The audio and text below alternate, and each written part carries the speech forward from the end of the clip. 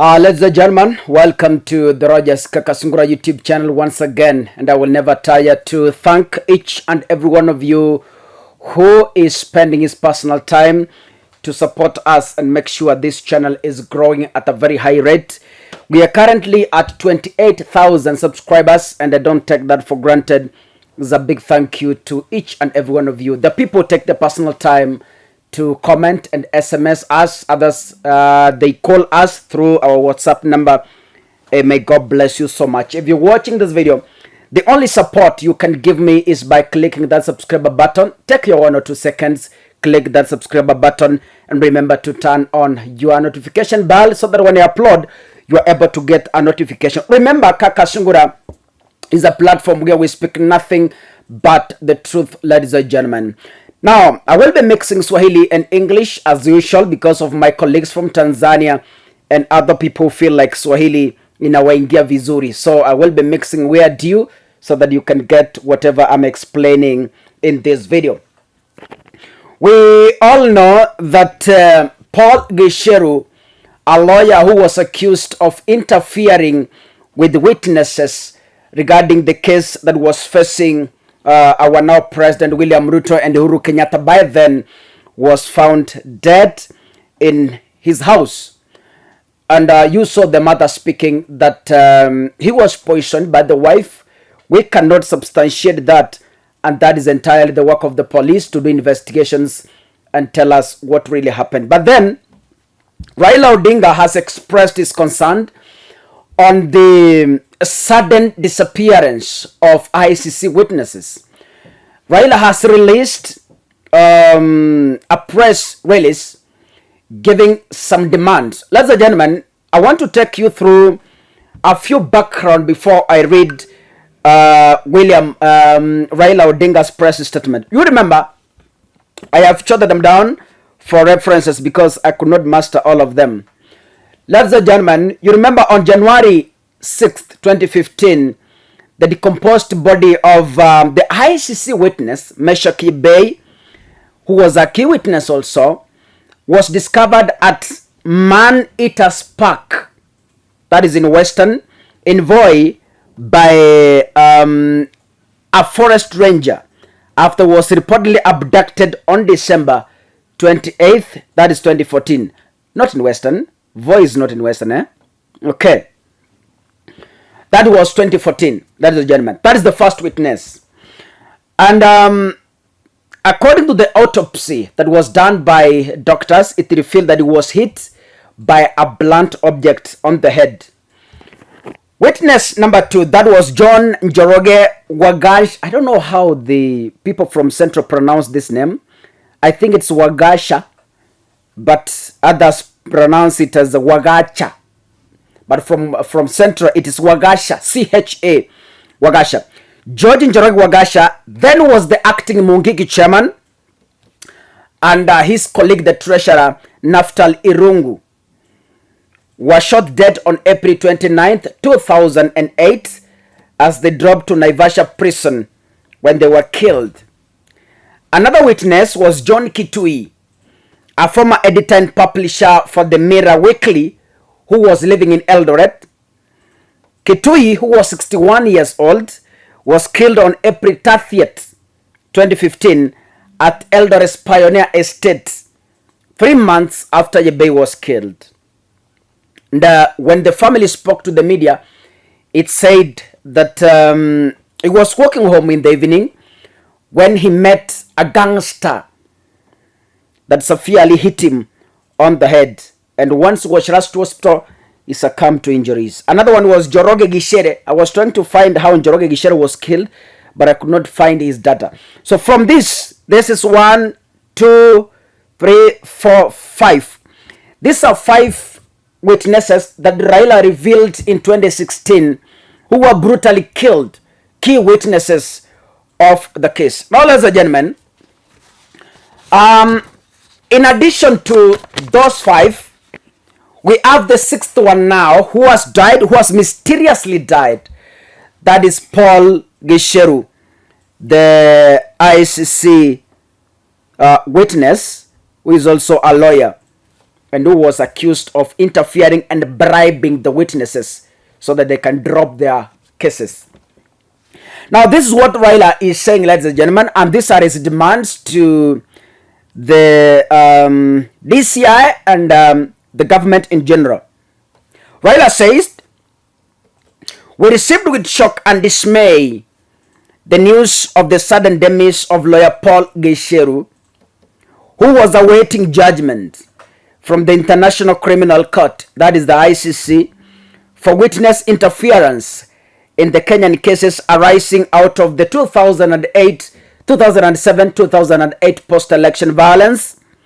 In particular, Mr. Gicheru had been charged with witness tampering, including bribery, for witness to recant or change their testimony. Reports in the public domain indicate that Mr. Gicheru died in suspicious and mysterious circumstances. His son was reportedly rushed to the hospital in unclear circumstances at the time of his father's death." Before I proceed, ladies and gentlemen, I recorded a video yesterday and played for you a clip of his mother who was explaining, and she was saying that Gicheru was entirely killed by his wife. That's what she said. And she proceeded by saying that no one can convince her that Gicheru was killed by an outsider, because the wife is on record several times. And even the mother disclosed how the wife poisoned her using a soda. But then I saw comments that people say that mothers-in-law always, they don't like their daughters-in-law. So could be that the mother is raising false allegation towards the wife because maybe in one way or another she doesn't like her. And others were saying those statements are made to tempt the wife so that wachukue mali ya mzee wamwache bure. I don't know. Those are just allegations from Kenyans. It's only the police who can do investigation and give us the reports. Now, this is what Raila is saying.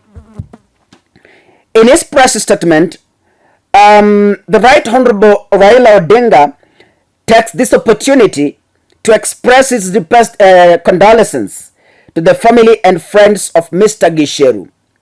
Mr. Odinga's calls for a thorough and credible investigations to uncover the circumstances of Mr. Gicheru's death and his son's illness. You remember the mother said the son alishtuka, alipata mshtuko after learning that the father died. So it's like the son alipata mshtuko. But then, who knows? Mr. Gicheru's death comes in the wake of others who have been associated with the ICC cases, especially high-profile witness. The ones afraid here, ladies and gentlemen, the ones Raila is referring to, Mesha Kiebei, who I've told you was discovered, his decomposed body was discovered at Man Estes Park in Voi in January 2015 after disappearing in December 2014. Another one is George Njoroge Wagasha, the acting Mungingi chairman, and his colleague Naftali Rungu, who was shot dead on April 29th, 2008 as they were driving to Naivasha prisons. Another one is John Kitui, a former editor and publisher for the Mirror Weekly, who lived in Eldoret and who was killed at Eldoret Pioneer Estate 3 months after Yebei. There was another one, a teacher. I think there was another one, a teacher at Kanga Primary School. According to the news I was reading, he hurriedly left school and only to be found lying restless with foam coming out of his mouth.